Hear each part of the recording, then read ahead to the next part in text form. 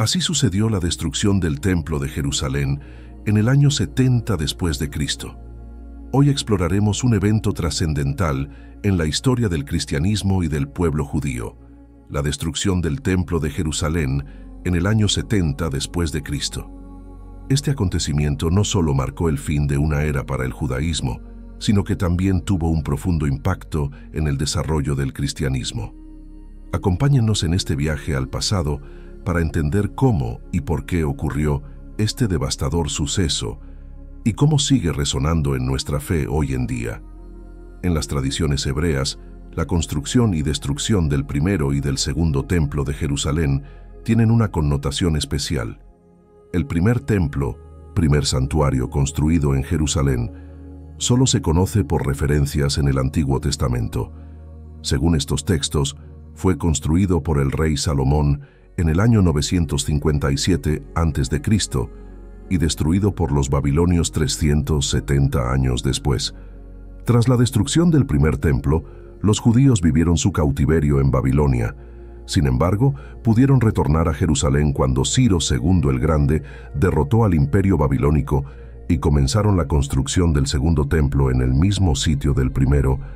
De este segundo templo sí existen evidencias arqueológicas y escritas, tanto bíblicas como extrabíblicas, y fue destruido por los romanos en el año 70 después de Cristo. Vamos a revisar en este video las peripecias para la construcción del segundo templo de Jerusalén, así como las dramáticas circunstancias de su destrucción en medio de la revuelta judía y la caída de Jerusalén a manos de los romanos. Según el relato que hizo un testigo presencial de los hechos, el historiador judío romano Flavio Josefo. Comencemos.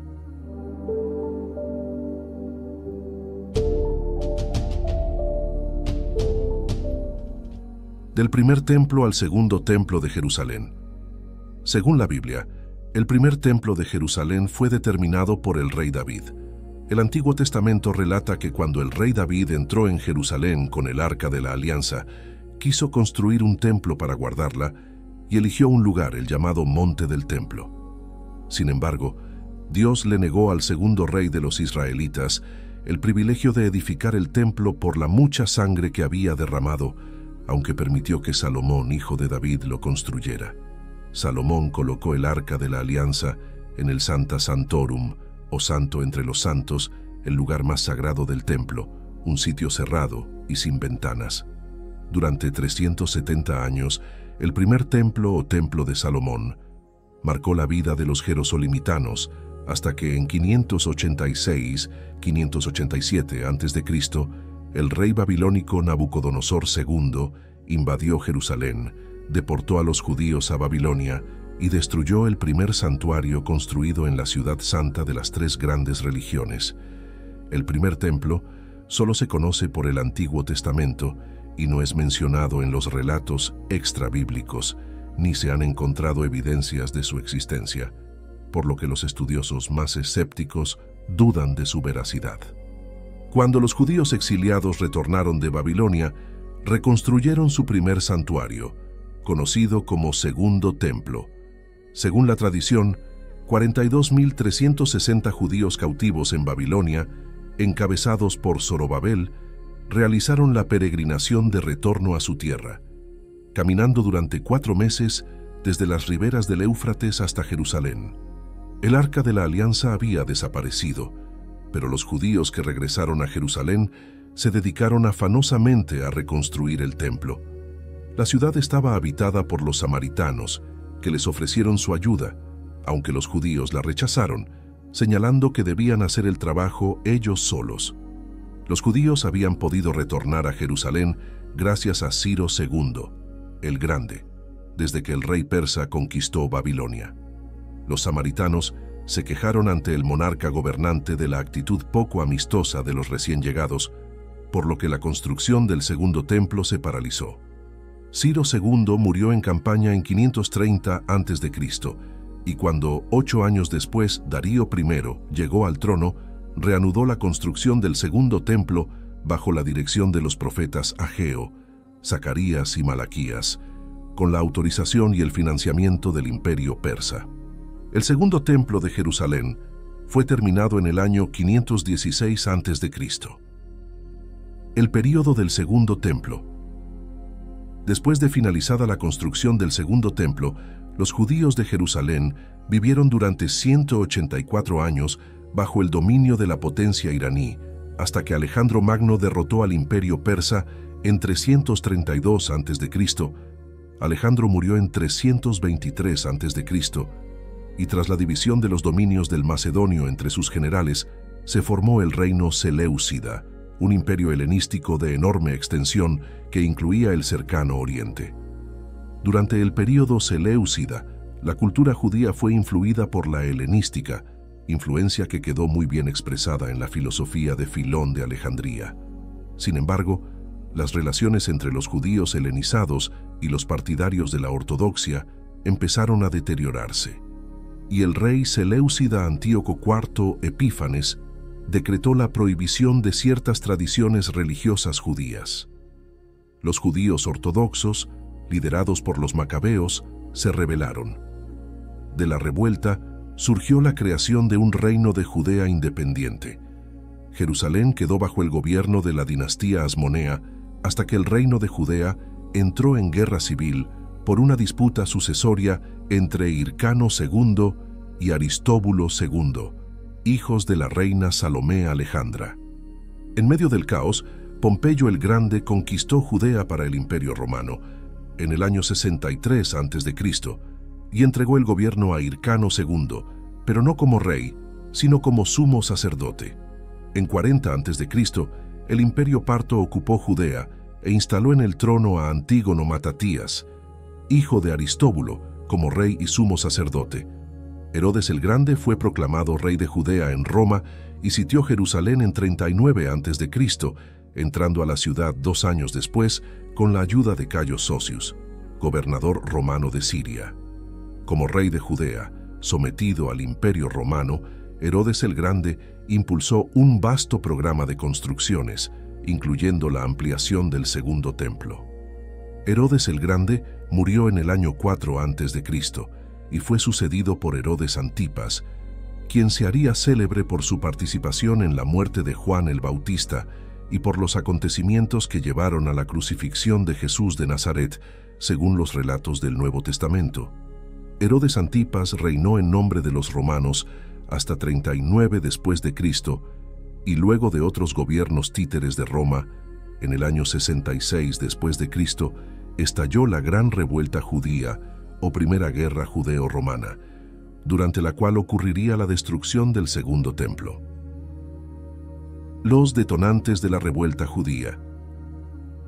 Tras la conquista de Jerusalén por Pompeyo el Grande, en 63 a.C., Roma gobernó Judea a través de procuradores romanos o de reyes locales subordinados, la mayoría de la dinastía herodiana. Tanto los procuradores romanos como los príncipes locales suscitaban el rechazo del pueblo judío por su corrupción y sometimiento a una potencia extranjera. En 66 después de Cristo comenzó la Primera Guerra Judeo-Romana. Según el historiador judío romano Flavio Josefo, quien tenía 29 años cuando comenzó el conflicto, los detonantes de la revuelta judía fueron la realización de un sacrificio pagano en la entrada de la sinagoga de la ciudad samaritana de Cesarea Marítima y la entrega al procurador romano Gessius Florus de dinero perteneciente al tesoro del Segundo Templo. Florus había sido designado procurador por Nerón debido a la amistad de su esposa con la del emperador Popea Sabina. Florus favorecía a la población griega frente a la judía y un día permitió que un griego sacrificara 3 aves frente a la sinagoga de Cesarea en la que los sacerdotes judíos estaban realizando un culto. El hecho ocurrido en la entrada del templo hebreo convertía en impuro a todo el recinto de la sinagoga. Los judíos solicitaron una entrevista con el procurador romano para protestar y pedir una reparación. Florus exigió el pago de 8 talentos para conceder la audiencia, y después de embolsar el dinero, no solo se negó a recibir a la delegación judía, sino que ordenó encarcelarla. En otra ocasión, el procurador amigo de Nerón ordenó confiscar 17 talentos del tesoro del templo con el pretexto de que eran para el emperador. Finalmente, La ruptura de los judíos de Jerusalén con Roma quedó simbolizada con la decisión de Eleazar ben Ananías, gobernador del Segundo Templo, de paralizar los sacrificios cotidianos en honor del emperador. La escalada de la revuelta judía.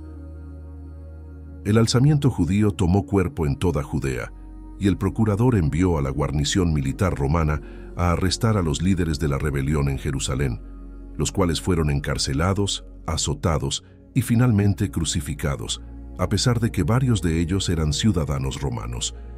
Nerón destituyó al procurador Gessius Florus en el mismo año 66 y lo sustituyó por Marco Antonio Juliano, pero ya la revuelta judía había prendido.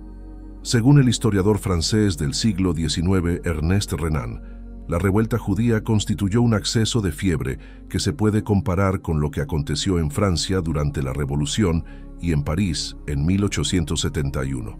Sin embargo, el movimiento tuvo un inicio exitoso. El rey prorromano Herodes Agripa II fue depuesto por los rebeldes y tuvo que huir de Jerusalén con otros funcionarios imperiales que temían por su vida. Los miembros más radicalizados de la revuelta incendiaron la casa del sumo sacerdote judío y lo mataron por su posición moderada. El alzamiento se extendió por Galilea, Bet-Sheán y otros lugares. El gobernador romano de Siria, Cestio Galo, se movilizó hacia Jerusalén con una fuerza expedicionaria para encabezar la represión del movimiento, pero no pudo entrar a la ciudad y se retiró. Los rebeldes persiguieron a las tropas de Galo y las emboscaron, perdiendo el gobernador de Siria casi el equivalente a una legión entera. Poco después fue realizada en Jerusalén una asamblea de judíos para decidir el curso a seguir. La asamblea fue controlada por fariseos de tendencia moderada, incluyendo a miembros del Sanedrín. El liderazgo de la revuelta, que había estado a cargo de los celotes, la fracción más radical del judaísmo de la época, pasó a manos de personas más comedidas. Este grupo estaba menos preparado para la lucha armada, pero tenía una mayor capacidad de negociación frente a los romanos. Durante su primer período de independencia en casi 5 siglos, los judíos de Jerusalén acuñaron sus monedas, indicios de que disfrutaron de una sensación de prosperidad, pero su desafío pronto sería respondido de manera contundente por uno de los imperios más poderosos de la historia. La campaña de Vespasiano y el sitio de Jerusalén. Nerón encargó la restitución del orden romano en Judea a su talentoso general Vespasiano, quien comenzó la represión por Galilea en el año 68 después de Cristo. A comienzos del verano del 69, el ejército romano había pacificado toda la provincia excepto Jerusalén. La ciudad fue sitiada con líderes rebeldes de toda la región en su interior. Quizá Jerusalén habría resistido más tiempo, pero las tensiones entre moderados y radicales estallaron comenzando un enfrentamiento civil. Entretanto, en Roma el puesto de emperador había quedado nuevamente vacante. Nerón, asesinado el 9 de junio del 68, había sido reemplazado por Galba, quien reinó hasta enero del 69, cuando también fue asesinado en medio de un complot de la Guardia Pretoriana. Vespasiano, que había sido enviado a poner orden en Oriente, tuvo que regresar a Roma para restablecer el orden en la capital imperial. El ejército que comandaba en Judea y el de la provincia de Egipto lo proclamaron emperador. El sitio de Jerusalén quedó a cargo de su hijo Tito, quien decidió rodear la ciudad con 4 legiones y atacó en abril del 69, en medio de las celebraciones de la Pascua judía. En mayo, el ejército romano abrió una brecha en la tercera muralla y tomó la segunda muralla, dejando a los resistentes recluidos en el área del templo y de la ciudad alta y baja. Entre los judíos, los celotes habían recuperado el mando y asesinado a líderes moderados y a todo el que quisiera negociar con los romanos. Los judíos radicales estaban dispuestos a resistir hasta morir.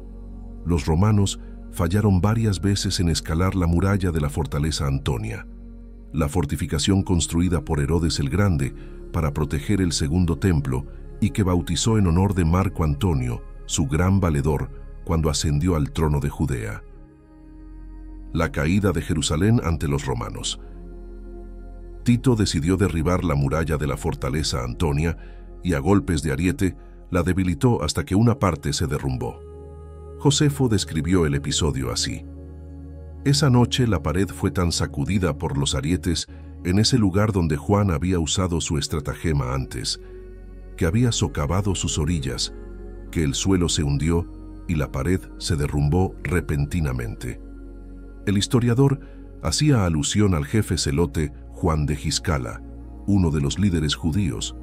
Los hebreos atacaron a los romanos por el este, cerca del Monte de los Olivos, pero Tito los hizo retroceder hacia el valle. El comandante romano intentó una negociación, pero su embajador fue recibido con un flechazo. Los judíos realizaron un contraataque en el que por poco capturaron al hijo de Vespasiano. Allí terminaron las esperanzas de una solución negociada, mientras que varios incendios pequeños se convirtieron en uno grande que empezó a devorar el templo. Josefo exculpó a Tito de la destrucción, aunque algunos señalan que quizá lo hizo para congraciarse con el poder romano nuevamente triunfante. El historiador narró el fin del sitio de Jerusalén y los últimos momentos del segundo templo en el año 70. Cuando las legiones cargaron, ni la persuasión ni la amenaza pudieron controlar su impetuosidad, solo la pasión estaba al mando. Amontonados alrededor de las entradas, muchos fueron pisoteados por sus amigos.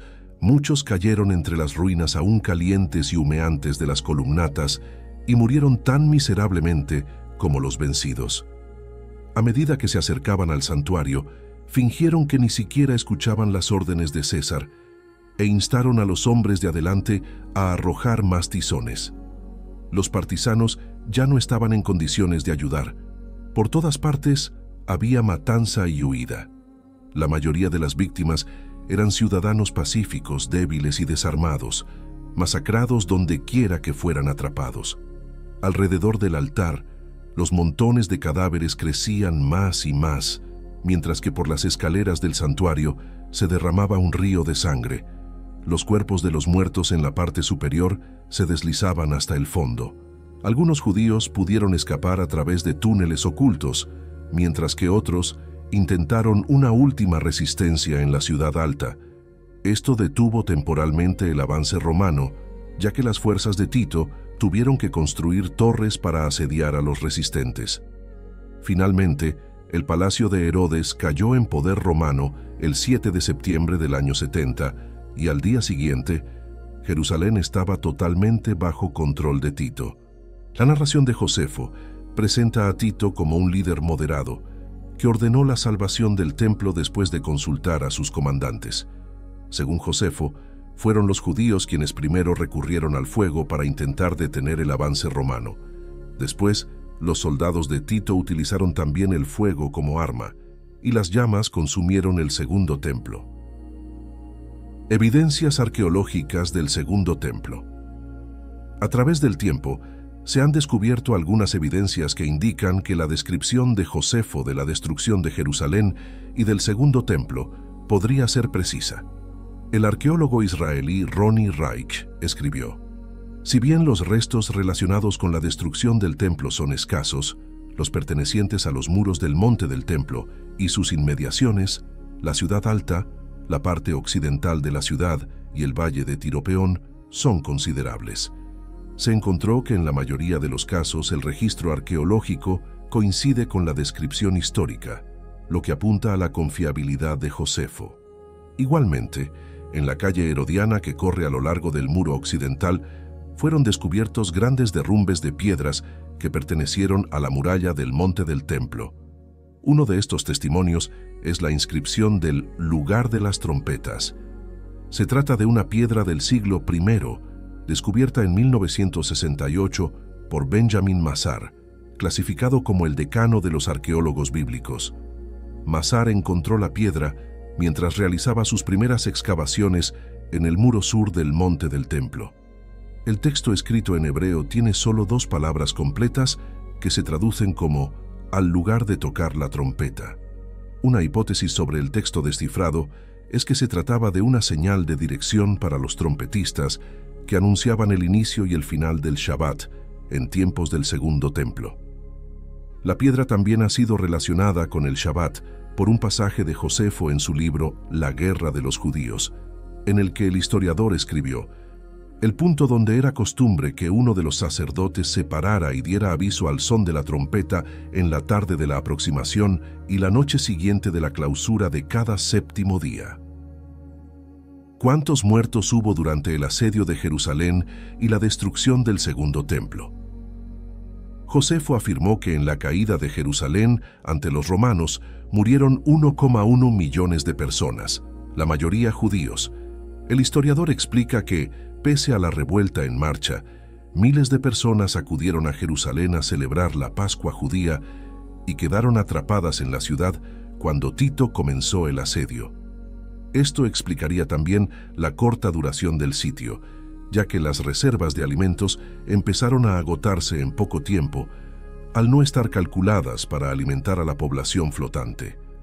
Según la misma fuente, casi 100.000 jerosolimitanos sobrevivientes fueron esclavizados y muchos terminaron convertidos en gladiadores en las arenas de entretenimientos romanas. Otros trabajaron como esclavos en la construcción de grandes obras romanas, como el Coliseo, y los menores de 17 años fueron vendidos a particulares. El historiador estadounidense Seth Schwartz califica de exageradas las cifras de Josefo, señalando que toda Palestina tenía 1 millón de habitantes, aproximadamente la mitad judíos, y que después del asedio, mucha gente permaneció en el área. Tito hizo en Roma una celebración triunfal de su victoria en Jerusalén. Se llevó a la capital imperial la mesa del pan y la menorá, candelabro de 7 brazos del segundo templo, mostrándolos al pueblo romano en su desfile triunfal. Juan de Giscala y Simón Bar Giora, varios líderes celotes de la rebelión y de la resistencia al asedio, caminaron encadenados por las calles romanas junto con otros 700 prisioneros judíos. Los 2 líderes judíos fueron juzgados en Roma, siendo Bar Giora condenado a muerte y Giscala a prisión perpetua. Bar Giora fue arrojado desde lo alto de la roca Tarpeya en el templo de Júpiter, y de Giscala no se supo más nada. La caída de Jerusalén supuso una gran pérdida para la cultura judía y de toda la humanidad, ya que desaparecieron objetos valiosísimos y se extinguieron evidencias de cómo era la vida religiosa en Judea a comienzos del primer milenio. Igualmente, las investigaciones arqueológicas han permitido comprobar que, si bien algunos historiadores de la antigüedad exageraban un poco con las cifras, dejaron testimonios bastante precisos de los hechos fundamentales de la Edad Antigua. Esperamos que este video te haya sido útil. Si tienes algo que agregar, por favor compártelo con nosotros en la sección de comentarios. Dale me gusta a este video y envía el enlace a tus familiares y a tus mejores amigos para que también sepan más de cómo fue la destrucción del templo en Jerusalén en el año 70 después de Cristo. Si eres nuevo en nuestro canal, no olvides suscribirte y seguirnos en todas nuestras redes sociales que van a estar aquí abajo en la descripción. Recuerda, un pueblo que no conoce su historia está condenado a repetirla. Que Dios te bendiga y te proteja siempre. Amén.